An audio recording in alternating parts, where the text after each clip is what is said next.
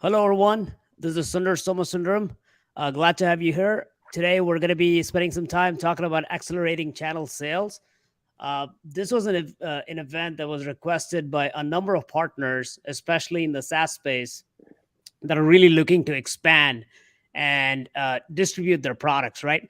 So we have a bunch of experts here today. I'll let them introduce themselves. But first of all, my name is Sundar Somasundaram. I head up the fleet vertical at Core Wireless, and I will hand it over to Jared. How are you guys? Good morning. My name is Jared Deef. I am the SVP of our global channel sales, indirect channel sales, and our e-commerce division. And Manuel? Hey, good morning, everyone. My name is Manuel Rivera. I'm the Vice President of Strategic Alliances and Global Channel Sales, and I'm glad to be here. Awesome. We also have Chris Whitaker from Teleris, and he was online, but I think he's had some technical issues, and he should be joining us here in a minute. But why don't we get started?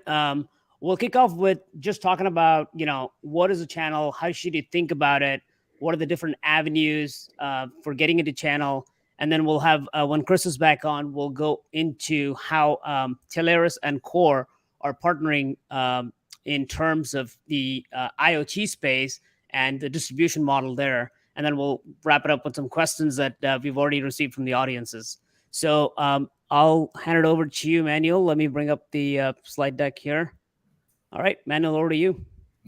Thank you. Good morning, everybody. Thanks for joining in. Basically, what we want to cover here is just a basic strategy with channel sales and working with strategic alliances, and I'm trying to understand what is it that the first things that we need to do to make sure that we have a successful program.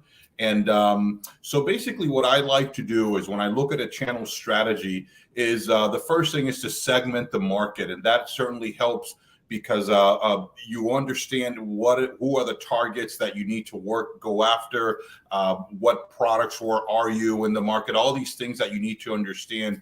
And what I like to do is to segment the market in tiers and basically divide them into the enterprise, the mid-market, and the SMB. And every company has their own numbers, their own figures, and what they define as an enterprise or as a mid-market, as an SMB. Some actually say, well, small enterprise or large mid-markets. But basically, these three just gives a very basic format. And usually the tier, the enterprise are targeted by tier 1 partners. Those are your global systems integrators, your Deloitte, your Accentures, PwCs, etc. And then your tier 2s are the mid-market. You're looking at your guide points, your VAR systems integrators, your resellers, your Optives, and those sort of that works more on the regional side. And then for the SMB, the tier 3, we're looking at nowadays, there's been a shift, a digital transformation where we're seeing a lot of MSPs and CSPs working to target those. It used to be that was an inside sales team. Now it's very much focusing with CSPs because cloud, the great equalizer, provides all solutions for everybody. So once you understand these, and once you see, for example, on what kind of markets that you're looking to work with, these three markets, this helps you understand what type of partners that you need to work with. You need to ask yourself the question, well, is our product focused on the enterprise, or is it focused on the mid-market? Which kind of partners do I need to work? What is my market target? Who are the partners that I need to work with in each one of these sectors? If I want to focus on one of these three tiers, who are the partners that I need to pursue? And those are the questions that I pose to try to understand and put this framework in place where helps you define a very strategic roadmap. Therefore, avoiding, well, let's go after one partner over here, another partner over there, what I call the Rambo maneuver, which is shooting all over the place and try to hit something. But these are basically some of the questions that I would ask on building this strategy. So, Manuel, if I'm a solution, if I have a solution, I should look at, what is the right segment to go after, right? It's not if I'm mid-market, talking to systems integrators may not necessarily give me the best return on investment there. That is correct. Your product may be targeted price-wise or for use for the mid-market, and you're trying to target the enterprise, it may not scale to the enterprise, or it may not be priced appropriately for the SMB. So absolutely, you need to look and understand that. Got it. That's great. All right. And basically, once you do this, once you have this defined, basically what you want to do is try to understand how do you align your sales and how do you align your marketing groups together. And this is a huge question, because some companies, what I ask is, do you want your partners, your channel, to be a self-sustaining, revenue-generating business unit, or would you like it to support your sales organization where it generates leads for your sales team? And the option number 3 is that to have a hybrid and do a little bit of both. But what this does is it helps you define which market you want to go into, the partners that you need to pursue, and how much investment and how much work you need with marketing to help increase that market sector. So let's say, for example, I have a product that I work with the enterprise and the mid-market, but my focus is heavily on the mid-market and not necessarily in the enterprise. I can say, well, I have all these mid-market partners, or I want to pursue these mid-market partners, but I really would like to pursue the enterprise. Well, what is the first thing we need to do? Well, what is your market penetration? Is your product geared towards the enterprise?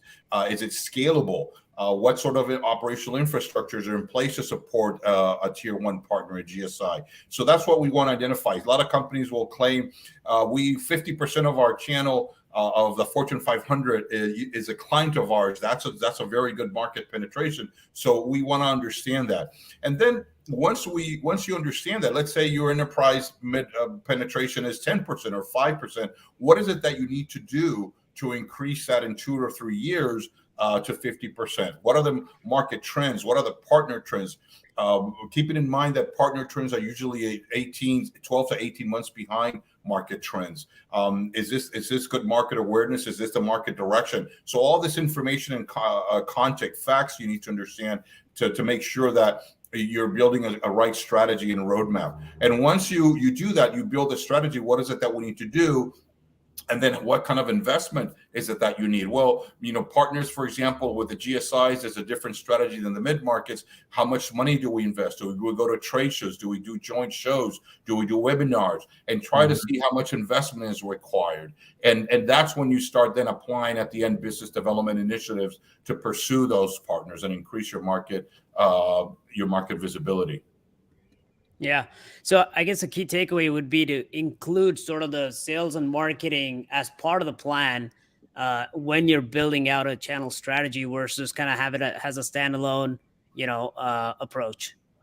And making sure that you've got your solution mapped out, right, to the appropriate area based on the scale of what you're trying to bring through to the market, right? You're going to have I don't want to say an easier time, but you're probably going to find more success initially, right? Taking something that's a new product or whatever it may be through an MSP, through a CSP channel. I know Chris and I are going to talk about that, taking it through VARs and, resellers, and really kind of your SIs and your global SIs.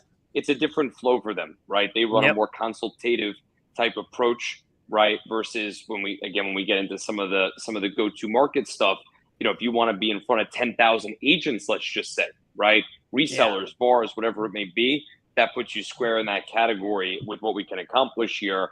And eventually there's a world, and there may be folks on this call that have solutions already in with global SIs, right? And with regional SIs to bring that product there. So I agree, Sundar, I think it's a great point that the calculus for the marketing effort and what segment you want to be on based on who you're trying to address is critical. I also don't think that it's necessarily mutually exclusive, right? These are the kind of suggested historical swim lanes for these areas, but that doesn't mean that you cannot grab an enterprise customer via a VAR, right? You think about your major VARs out there, your Presidios, et cetera, right? They're working with enterprise customers, but when you want to get into that true global enterprise, those companies are truly going to rely, or traditionally, I should say, going to rely on a systems integrator, right, to help them pull all those pieces together. So I think this is a really helpful chart. Sure. And keep in mind that, for example, a GSI, a Deloitte or an Accenture, they can be a VAR, they can be a reseller, they can just be a system integrator, they can be a CSP. So, or they can have, all different models, business models. And the model, for example, for a CSP or an MSP for a GSI is different than an SMB. The smaller SMBs targeting smaller customers. I mean, the revenue models are different as well. Do they pay up front? Do they charge per customer monthly? How are they going to pay? It no longer becomes an annual recurring revenue. It's more like a monthly recurring revenue. So there's different things that need to be looked at that way. Got it. And I know one of the requests that we had from the forum was a playbook, and Manuel's been kind enough to put together an actual sort of lifecycle management that takes you through the various stages. So Manuel, go ahead. Yes, this is basically a lifecycle management that helps you identify, once you understand which partners that you need to target, it helps you qualify those partners. What are the steps that you need to do? This is a framework. Again, not everything applies to everybody, but it gives you a good idea and what you need to do to qualify, to incubate and onboard a business partner versus, from getting an NDA, understanding the value proposition, who are your points of contact, a joint value proposition, solution offering. What is a partner doing for business development, for demand generation? What was a year-to-year growth? Understanding all these things helps you look at the relationship and where is it that you need to go. So this is just a good framework, understanding some basic questions about those type of partnerships and how are you going to bring them in and manage those relationships. Yeah, and we'll make sure to leave these slides in the comments section so folks can download this sort of lifecycle management playbook and then go from there. No, that was really informative, Manuel. And obviously, we've had some questions already come through in terms of this roadmap particularly. But why don't we jump into an actual sort of a partnership between Core and Teleris in terms of how we're thinking about the channel. Again, Chris, I know you had some technical issues, so please go ahead and introduce yourself, and let's move to how Teleris and Core are working together in sort of bringing IoT solutions to the channel. Yes, thanks, Thunder, and again, I apologize. Going live, it had to happen right at 10 o'clock. So, yes, Chris Whitaker, Vice President of Advanced Solutions. I'm on a team of 5 kind of subject matter experts, and I specialize, rightly so, in all things wireless and Internet of Things. So I kind of help with the strategy for our 10,000 partners globally, mostly U.S. based, but that's the world I live in. So I'm glad to be here. Thank you. Awesome. All right. So I guess let's take us through, Chris. I guess let's go through this, right? Let's think about, we had Manuel kind of take us through where the, again, traditional swim lanes of where partners should play, right? Or where products might be able to play in with partnerships. Let's take the group through some of the different channels that exist here. And we'll start with TSPs, which Teleris is a great example of one. Yeah, absolutely. So, when you think about brokers, yes, historically, for probably 30 years, it was known as master agent channel and sub agents, and new times, right? So we're really more of a broker. We're at the master of any. We hold master contracts, but and sub agents. I mean, that sounds like they're sub to us, but no, they're actually in the driver's seat. So we represent, as I mentioned, thousands of selling partners, and we also have about 400 different suppliers. So technologists, technology advisors, MSPs, VARs, you name it, consultants. They'll come to us with a need, and we have all these agreements. And we, originally the idea was we'll have the contract and we'll manage your commissions. So as you'll see later, we'll talk about all the additional value add that a TSP would bring.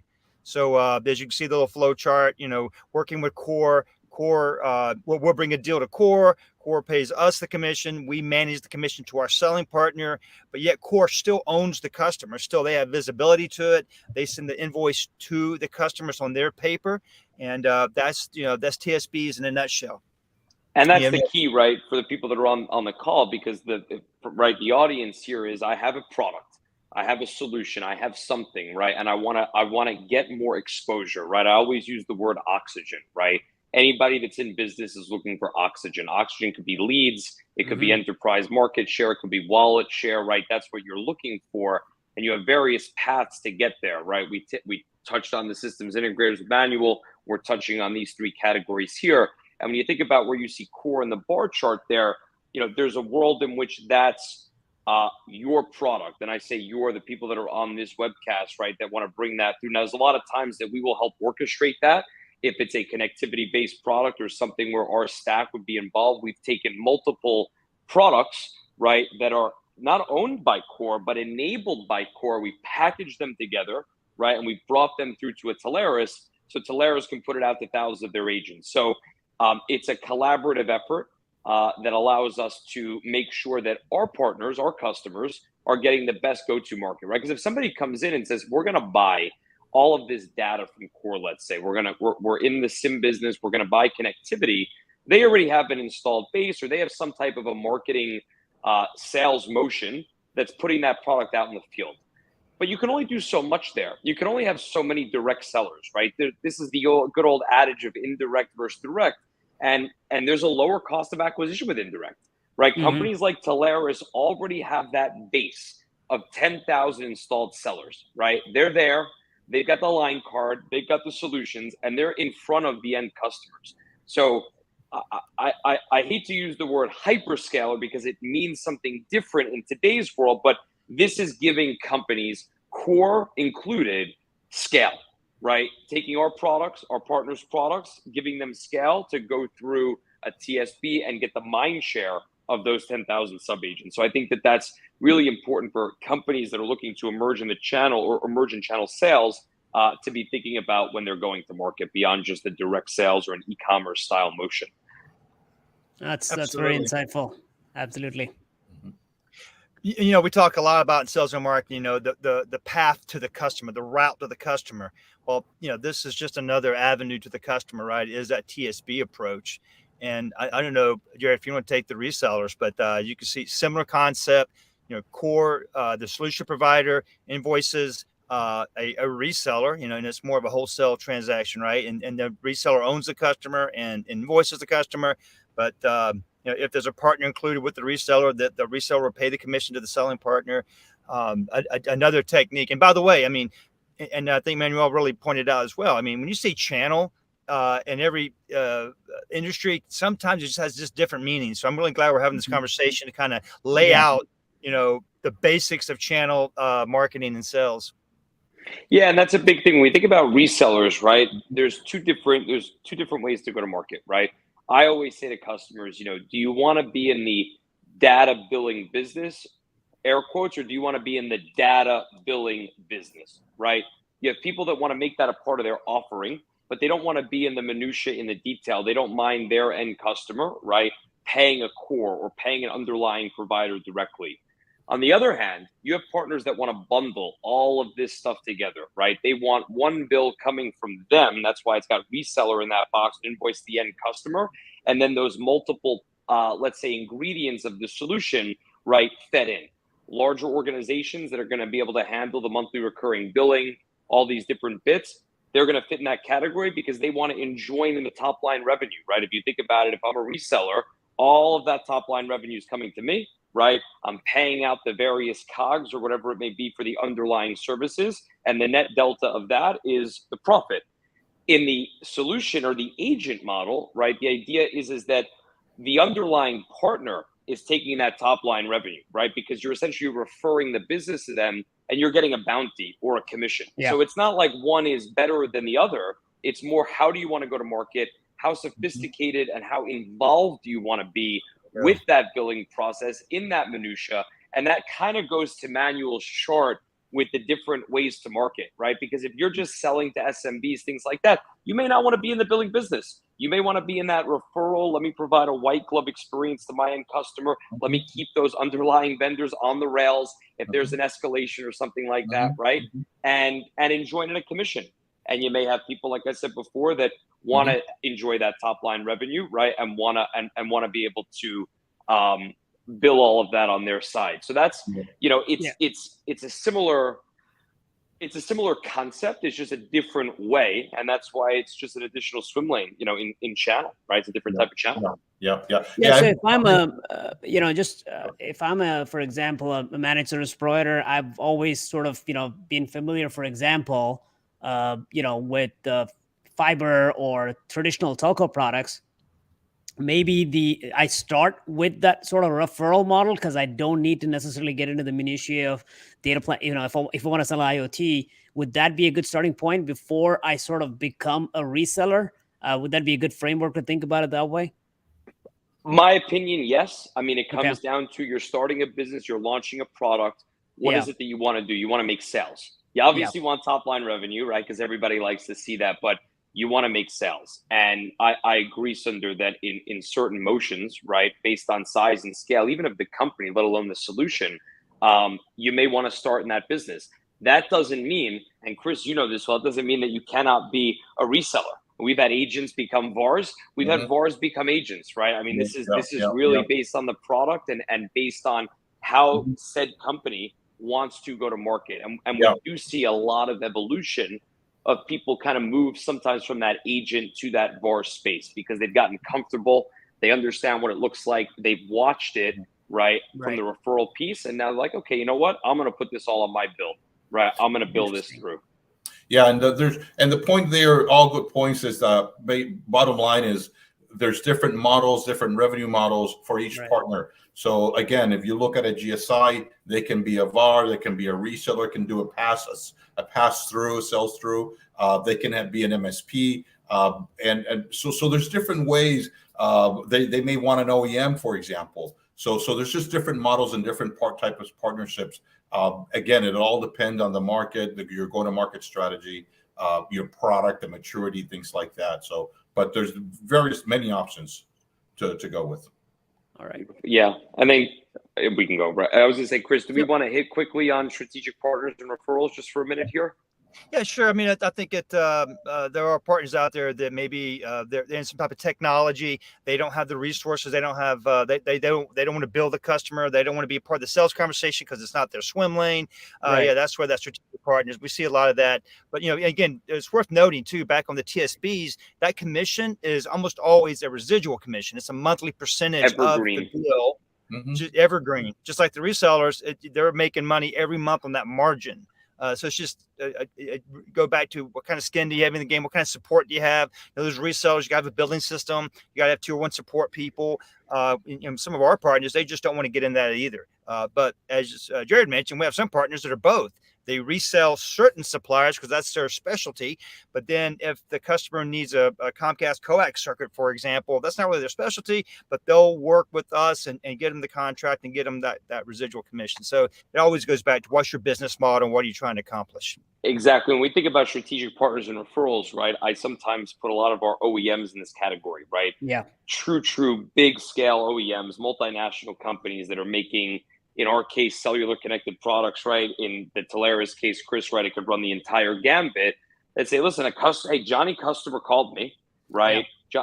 And they need connectivity or they need underlying UCaaS or whatever it may be. But to Chris's point, they don't want to touch it. They want to provide a good experience so that they have the Rolodex to say, hey, you know what? Get in touch with these guys, right? They're going to be able to get you set up and we're going to pay you one time, right? The partner, us, the selling partner, one time back to them. And to Chris's point, they're hands off. They don't really have to be involved. They're tossing it over the fence, right? They're getting a benefit from that, but they're also driving a great customer experience because and I say customer, right? We think about the product going to market, right? They're able to ensure that that company can solve the needs of their end customer without being in the business, right? That's how we think about that strategic partners referral category. Yeah. And I think this next slide is a key point in terms of, something that we also heard or asked by a lot of partners is, okay, I know I have, I can leverage a channel for IoT, but Jared, a common theme has been like, where do I start? How do I source? I don't know the hardware players. I don't know where to start. Do you want to kind of give some insights in terms of how a partner or somebody that's building a SaaS application IoT should think about, going ahead and building solutions? Absolutely. Right. I mean, this is one of my favorite charts over here on the core side, right? We look at the tip of the iceberg, right? And people have what they need. You have a solutions provider, right? That understands what their product is, right? They understand what it needs to become a packaged solution, right? They've got the idea, they understand the concept, they want to get it to market. that get to let me rephrase, they want to get it built to be able to get to market. And that building process can be very complicated. That's why you have companies like Core, right? I mean, we have an entire 7x7 grid. Maybe Sundar will throw that into the appendix, but there's a significant amount that goes into deploying an IoT, let's call it package solutions for the purpose of this phone call, right? You're activating SIMs, you're staging and kitting, you're making sure that you're compliant with all of the local regulations across the globe, right? I mean, I could spend the rest of this call talking about the complexities of deploying connectivity in certain countries, right? It's nearly impossible for the average person just go and do that. So where Core really comes in is helping orchestrate that underlying below the iceberg portion of the business, right? Because the goal is that somebody listening on this call that wants to go into channel or is incubating a product, right? They're going to come into a Core, right? We're going to work with them to solve that below the iceberg problem, let's call it, right? We're going to flesh out the things that need to be fixed, not fixed, but addressed. We're going to make sure that solution is scalable, right? So that's build mode, and that's what we do best. I mean, that's what Core is just absolutely fantastic at. So you have build mode, you have that enablement of the product, and then that's where we kick it over to our partners like Teleris, because now we've taken an idea. We've brick by brick have kind of built it together. In this case, would be something that's connectivity driven or whatever it may be. And now it's like, okay, I have this box, IoT in a box or whatever it may be. How do I get it in front of people, right? So Chris and I are talking to each other constantly with our end customers that are saying, like I opened this call with, we need oxygen. We just worked with Core. We just built this great solution, right? We're really happy because it's supporting our 5 or 10 direct customers that were the springboard for that solution. But now we want to go scale it. And in order to scale it, we need leads. We need customers. We need people selling it for us, right? And that's where we take that entire unit, we bring it into a Teleris, we do joint trainings, and I'll let Chris kind of hit on some of this. And now all of a sudden your product on a line card or in the portfolio of every seller out there that's sort of a third-party TSP-based seller. And Chris, please feel free to jump in on that.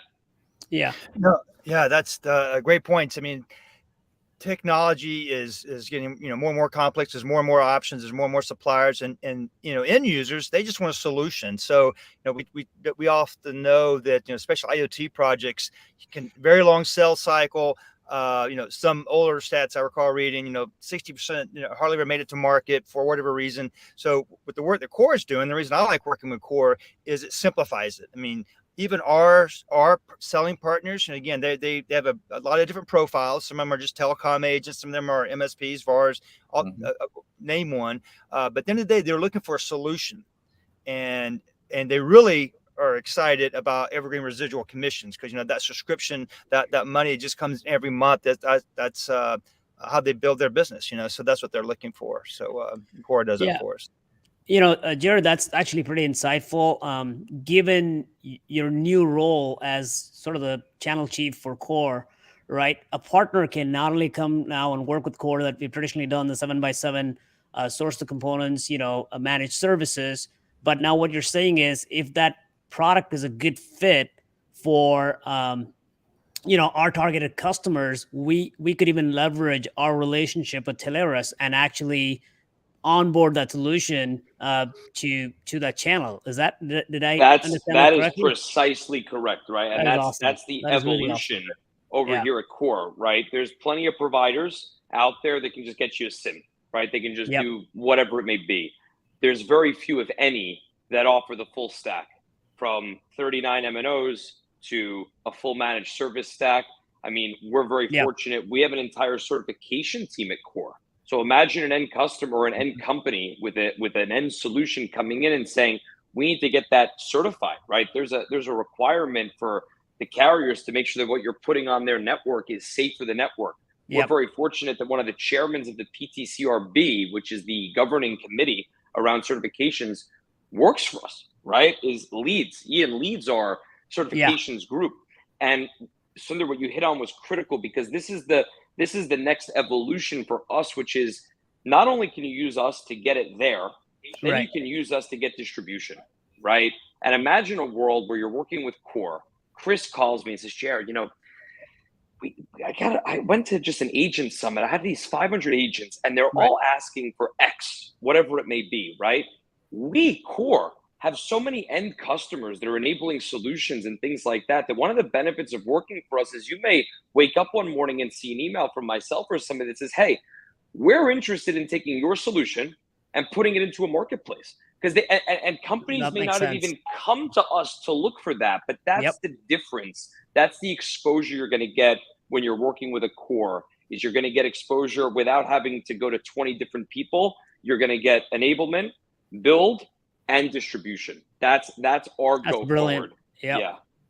So, Chris, from in that scenario, somebody handing this off to Teleris, how do you guys, take a product like that? What's sort of your, what do you bring to the table at that point from a Teleris perspective? Yeah, great question. Because you got to ask the question: why would 10,000 selling partners want to work with Teleris? And again, it started out back in the days of T1s and PRIs and dial-up, but it's evolved over the last 20 years. So going on 21 years as a company, continue to grow. Just some great, even mergers and acquisitions recently. But people come to us, because we want to do more than just be the contract holder and the commission broker. So providing software tools, network monitoring. We even have the ability, no matter what carrier you have, as long as it's a IP, we can monitor that circuit. Loyalty program, just like you see with Marriott and Delta.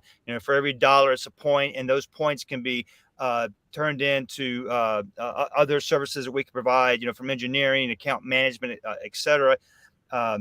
Exclusive suppliers. We have a lot of growing suppliers. In fact, some of them are in that IoT realm, and that's is unique for those suppliers. Specialty teams, all of our partners, again, they sell across all different types of technologies, and we know some suppliers, like it's usually the big ones: AT&T, Verizon, T-Mobile, Lumen. You need somebody that speaks their language. I'm a part of the advanced solutions team, and we have 5 areas of that. UCaaS, CCaaS, cybersecurity, cloud, and of course, mobility. IoT is what I oversee. Our customer success management is really another term for account management. We have our partners that are 1-2 people shops, but yet they'll go sell a Fortune 50 company. Well, they need help managing that customer. So that's how we have so many great partners that maybe they're small operations, but they have huge customers because they used to maybe Right. work there.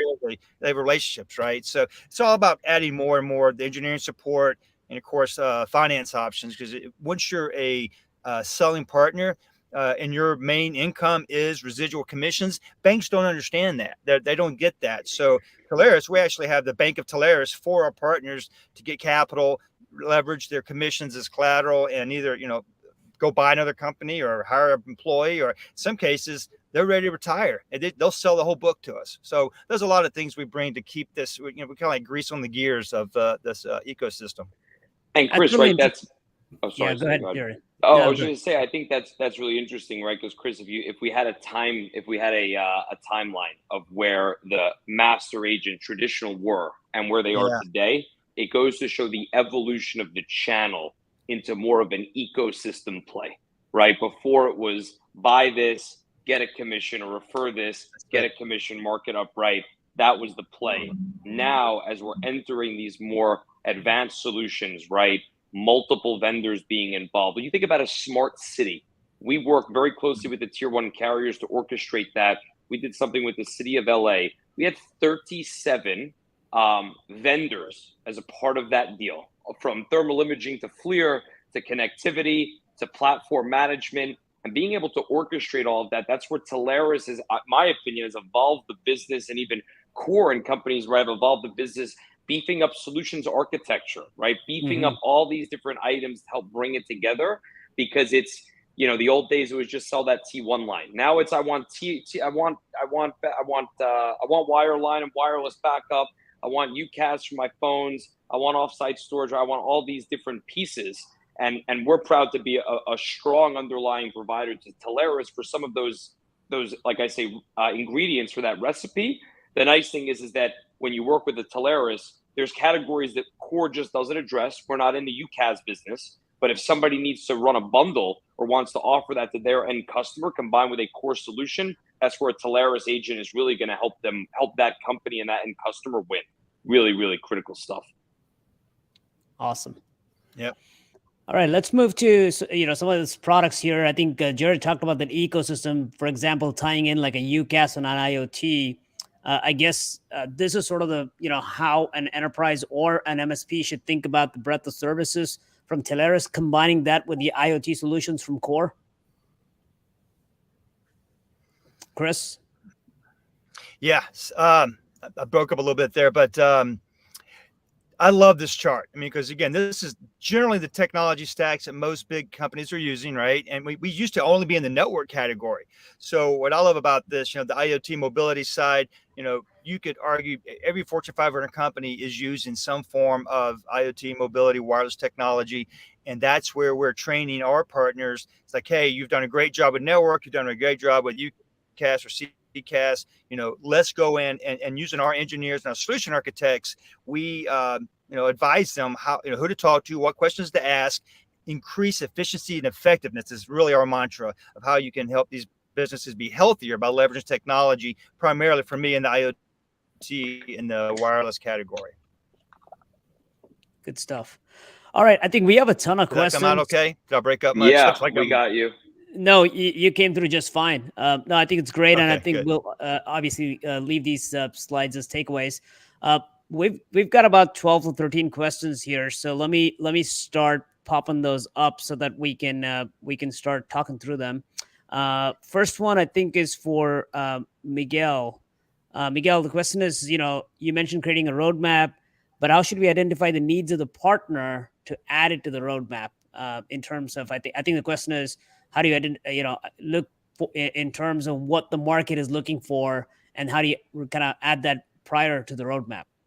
Sure. So that's a good question. And basically, if you look at the type of partner, again, you're looking at the ecosystems, whether it's services or cloud or technology, wherever your partner fits, they're going to have obviously different requirements, and especially if it's segmented between enterprise, mid-market, again, and the SMB.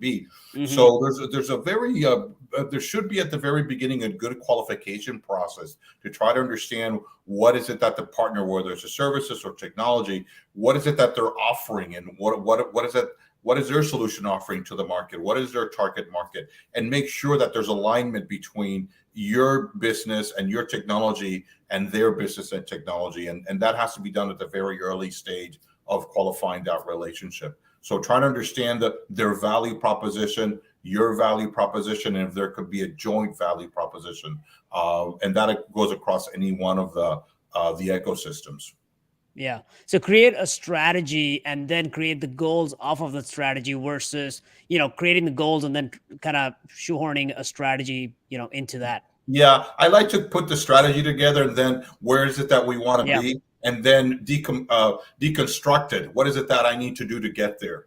And there's different steps, obviously, that need to happen to get there. So that would be the roadmap. Well, it has to be this way. This has to happen in a certain order, so to speak, but definitely understanding their needs and requirements, but they're more importantly, what is their solution offering, their value proposition, and is it aligned with yours, and can you support it?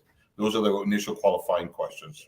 And I think, Sundar, that's key, right? The concept of lining up that strategy first is our leadership at Core likes to say, it could be product, it could be org, it could be whatever it is, follows strategy.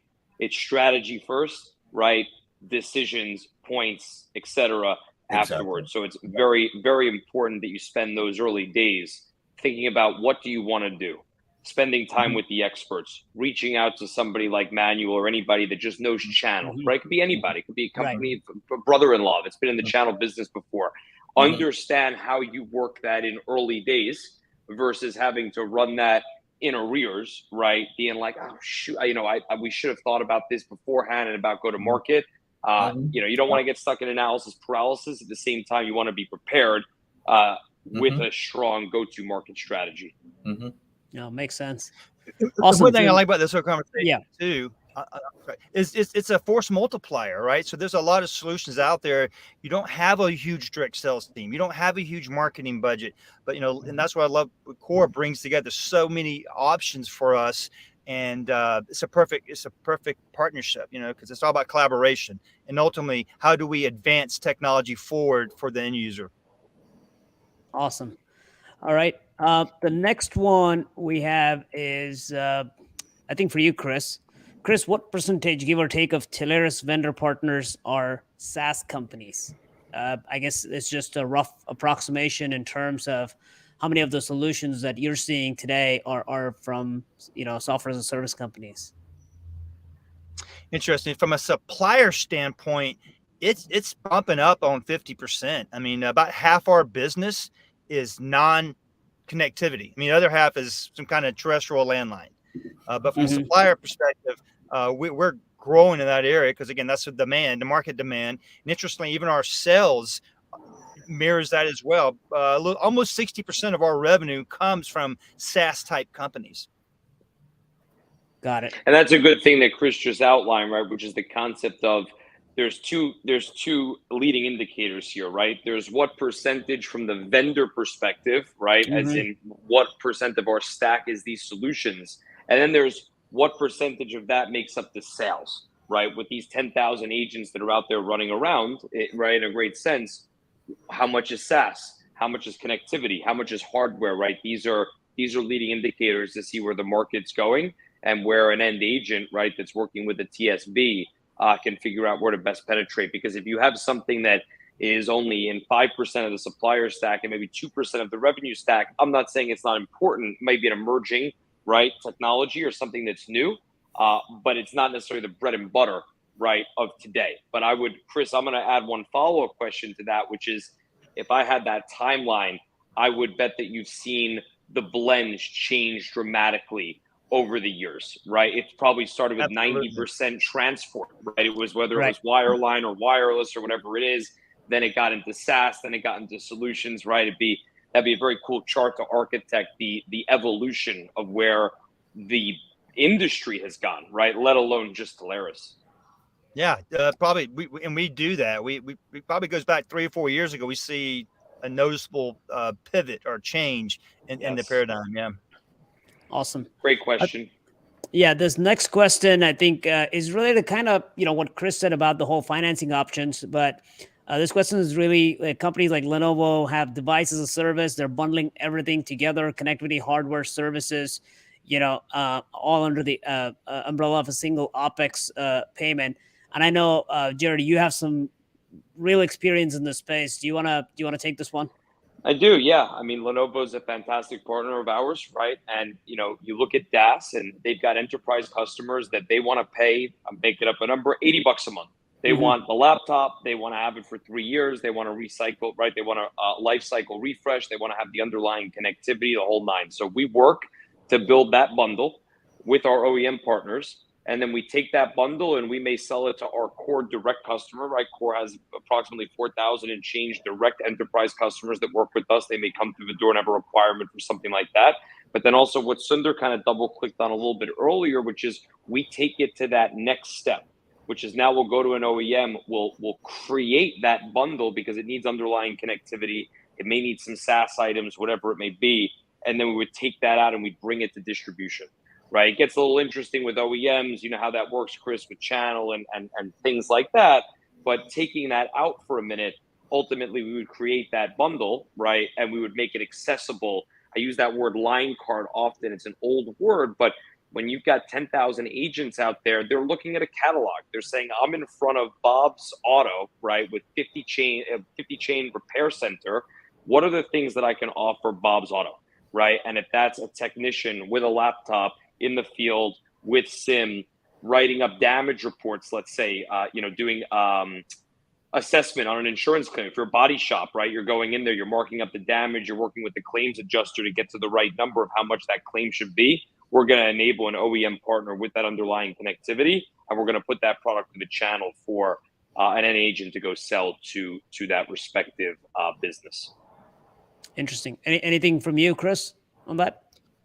No, I agree with all that as well. I mean, and we are seeing an uptick in OpEx. I mean, that subscription, that monthly expense And and then occasionally we do get the random larger deal where they have a budget for $1 million of hardware, and we'll do that too. So we try to meet the customer and the partner where they need it. What's it going to take, kind of thing, and we see some flexibility there. Yeah, but an increase definitely in OpEx. Hey, just one question I wanted to add real quickly to this. That's a very good question in terms of how do you put all these solutions together. And from a services perspective, for example, this is exactly why if you have these ecosystems, you have a technology ecosystem, a services ecosystem, how do you leverage them to maximize your solution offering for your customer? I have these tools, these solution technology partners over here. I have these services over here, and I can actually bring these together into a full solution stack, so to speak, and offer that to the customer one paper. So it's a great example of how this integration would work. Awesome. The next question is, Chris, what experience does Teleris have in the fleet vertical? How can we work together? Hey, Michael. Yeah. It's interesting. We have experience in almost everything, but we don't provide any of it, right? We are seeing an uptick there as well. I mean, again, it's all about awareness, so keep in mind our ecosystem, and we use that word a lot, but it was born out of telecom, right? So majority of our partners, come from that background of a landline, some type of connectivity or transport. But again, as I said, in the last couple of years, we're seeing this massive pivot to larger deals and more up market, and we call advanced solutions, and of course fleet's a part of that. And probably just in the last year and a half, we've seen an increase in that. Our engineers have got some certifications with different suppliers, but yes, I would say we're very comfortable in that space. And hit me up on LinkedIn, and we'll talk more if you like. All right, good stuff. The next one is again from Charlie. Based on the channel type, wholesale, reseller, agent, what should a SaaS company wanting to leverage a channels expect when it comes to marketing, co-branding, co-op spend, sponsorships, etc.? Yeah, this is actually a great question. Yeah, I 100% agree, because this is something that came up as a pre-comment even before we got the session started. Apart from Charlie. Yeah, Chris, I'll let you kind of. That is Teleris wheelhouse right there. It is, and by the way, for the record, for those listeners who don't know me, I've only been in the broker space as a partner, a broker, for about 2 years. 20 years of my career, I was between Comcast Business and Sierra Wireless, and was privileged to spend some time with Core even. So I understand this, and a lot of companies can struggle with what's it going to take, that term MDF comes up a lot. Channel manager, you need someone to answer the call, someone to answer the email, someone to get on the sales call and close the deal. So, co-branding is always an option. These events we bring together. Just this week, I was in Atlanta and Nashville for 2 partner education events. And as a company, we used to really leverage the social aspect. Hey, let's have a steak dinner, lunch and learn, open bar. Oh, by the way, we might talk business. Hopefully, we're changing all that. We realize partners like Chris, we don't need any more steaks. I don't need any more drinks. I need knowledge. This stuff is getting complicated. So we're doing certification classes. We're doing, full 1-2 day workshops where we go deep into the technology, the discovery questions. We're even teaching how to sell. So we look to our suppliers to partner with us to do that. So, yes, if you want to make this a big part, especially work with a broker, and again, Core's done that already. That's the beautiful part. Core's already made that commitment, and that's why I like working with them. So, but there's definitely some leverage, some issues. Having a budget, it's an extension of your marketing budget. You're going to spend that money anyway. You can either market to the masses and hope someone hears a message, or you can market to your targeted audience, which is our partner base, is the targeted audience, because they're selling these solutions. They're talking to these C-level decision makers, and they're bringing in these deals every day. So, and that's a key point, because that's why I'm such a believer in the channel, right? And a variation of what you said earlier, Chris, I call it the spray and pray model, right? Which is, you have a solution, what your TAM is, right? Because there's people watching this, they're saying, okay, I have this, and there's a total addressable market of X, right? I need to get there. I have Y amount of money to spend. How do I spend it wisely? And I think that that's a major play for channel. Everybody loves direct sales, right? In a sense that you arguably make more margin. There's no commission to be paid out, right? There's components as to why it's sometimes beneficial to sell direct. But if you did an analysis of what it costs to make a direct sale versus an indirect sale. It's partly why the channel exists. Two things. It's lower cost of acquisition, and it's having a second tier in a partnership, a partner, I should say, that understands all of the different ingredients to the solution that you're trying to bake out there. So I'm a huge proponent, and maybe I'm biased again because I'm a channel guy, to spending those dollars there, because you're going to get targeted focus. Chris is going to have his team of agents, right? And like he said, instead of being at the steak dinner, we're going to be in a workshop. We're going to teach them how to sell your solution, your product. You're going to even be there, right? As the manufacturer, as the provider, answering questions. And now instead of hitting 50 million people, let's say on Google ads, paid ad or however you want to get out there, LinkedIn sponsored post, you've titrated that down to a group of experts. They are going to go hit all the people that you were going to hit with that direct marketing effort, right? So I'm not saying that there's no place for it, but you get a lot of bang for your buck in the channel. And I think that's a big talking point.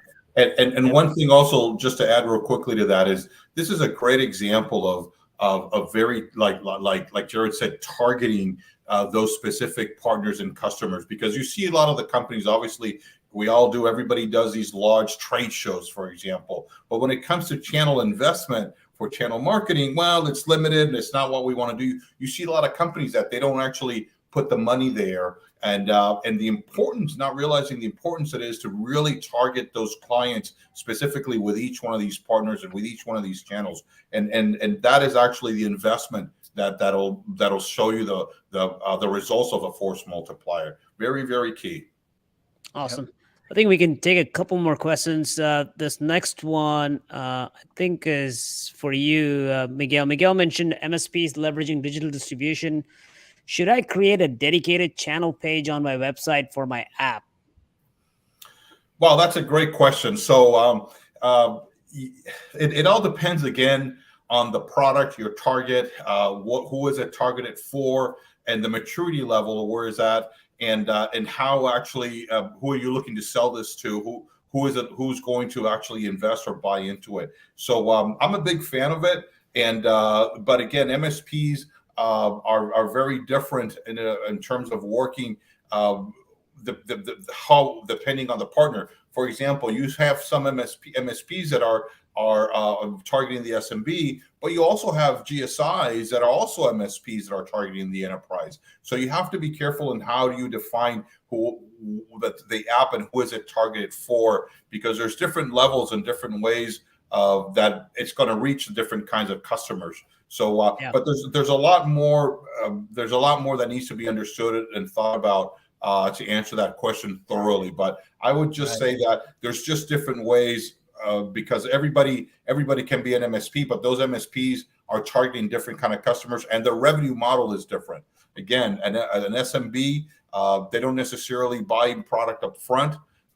They basically charge monthly to their customers, low margins, that versus a GSI or a mid-market who can actually has some budget that could purchase up front. So it all depends. There's a lot of variables to that. And you want to be marketed as channel friendly, right? I mean, it depends. When you ask that question, I'm thinking about what website, what example, right? Is that an OEM? Is that a solution provider? Is that an actual channel company? There's a lot of lenses to look at that question in, but you want to look channel friendly. I think it's easier to get to channel by working with a technology solutions brokerage, right? Versus trying to build that out on your own and trying to pursue those 10,000, let's say, sub agents out there. But having a website that explains that you're thinking about channel, you're channel friendly, and then it's linking back to a Teleris or linking back to a Core, or even if you do decide to have a direct channel at your company, which everybody's welcome to do, right? Make sure that people know, because to end cap that question, right? You could have a company that is looking for a solution, or you could have an agent that's looking for a solution to sell to a company. They go and find it on the web. What is their referral program? What is their agent program, right? How do I actually resell it? I just stumbled upon exactly what I want, but I'm not the customer. I'm representing the customer. And how do I make money in the middle of that, right? How do I benefit? How do you benefit? And I think having talking points on a website that addresses that is important. It shows the maturity that that company would have, understanding the different ecosystems and swim lanes of actually making sales of their product.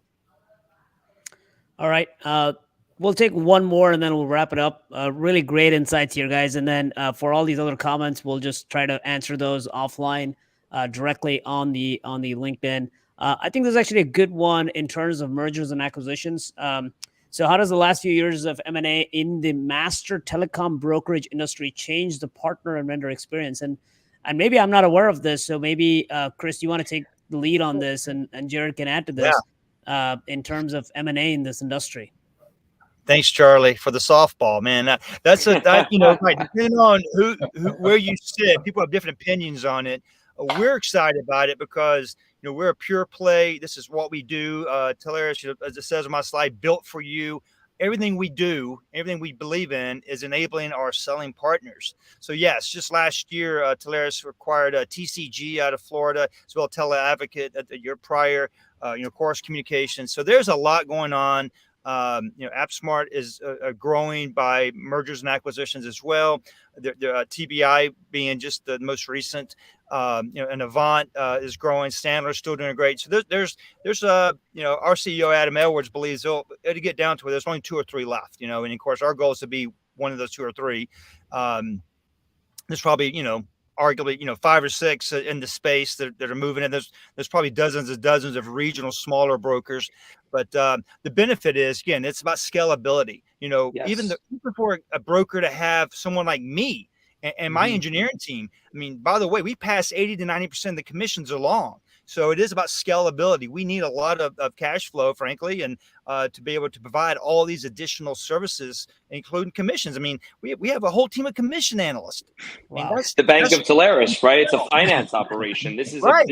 We're in the Telarus, and these primary TSBs Amazing. They're in the moving solutions business and the money business. People underappreciate how much work it is to orchestrate payments to vendors, to partners, buying solutions, right? That there's a whole team there. And to piggyback on Chris's point, there's certain industries that I personally believe there should be less activity in, and you should have more options, right? We could spin up another webinar on antitrust and competitiveness. At the same time, I think that specifically for the TSB space, I think it's a net positive to have the consolidation, right? Ultimately, it's still capitalistic in the sense that the end solution provider that's putting their product into Telarus determines what the pricing of that product's going to be. And Telarus is open, right? Of course, you have to be part of the ecosystem to get involved there. They're not going to just take everybody off the street. We always use that term, kitchen table bar, things like that, right? They need to make sure, because they're going to put the resources, they're going to put the SEs and the finance people and the financing, right? The actual money behind those products. So when it comes to going to market, if I'm an agent, right, I don't want to have to work with 30 different line cards. I want 3 or 4 or whatever it may be. And now if I'm an end manufacturer, end solution provider that's looking to come into the channel, I don't know that you're getting a better or worse experience because there's more providers there. Ultimately, and Chris, you know this better than I do, Telarus has 10,000 agents, whatever the number may be. Let's say an Intelisys or somebody also has 10,000 agents. The number is not 20,000. The number is maybe 15, because you've got agents that play with these different providers. So, again, I'm a believer in the M&A in this space. I think it provides a better experience. I think that it gets you out there. And the argument that it's somewhat anti-competitive, well, if you're with a small TSB shop that's not getting the mind share of all those agents, what's the benefit of not having that consolidation, right? Like, that's ultimately what it is. If there was a world where there was a difference and agents were specifically in each one of these buckets, then I could see that. But I think it's a net positive for both the solutions providers and the agents that are out there selling said solutions. Absolutely. That's great. Awesome. So I think we're at the top of the hour, so we got to wrap this up. So let's just, one key takeaway from each panelist, right? Miguel, so maybe we'll start with you, just in, 30 seconds or less, what's one key takeaway, from the session that people should leave with? Have a plan, have a strategy, have a roadmap, understand what your goals are, what do you need to do to get there, and stick with that. But really try to understand before just going out and trying different things. A plan and a strategy is key. to success. Awesome. And Chris? Can you move up that? I think we may have lost Chris for a second. Okay. Am I back? You're back. All right, Chris. Yeah, just real quick. I mean, I feel like, from a technology perspective, especially when it comes to direct sales, I mean, you got to pay your direct salesperson's salary, commissions, benefits, get them a laptop. And what I love about our ecosystem, I mean, no one gets paid till something's bought. I mean, the ROI is there. You're spending the money, one place or another. I think this is a very, very targeted, very strategic force multiplier. You have access to thousands of selling partners in every major market. No company can really put salespeople on the ground in every major market. So that's a benefit of the channel.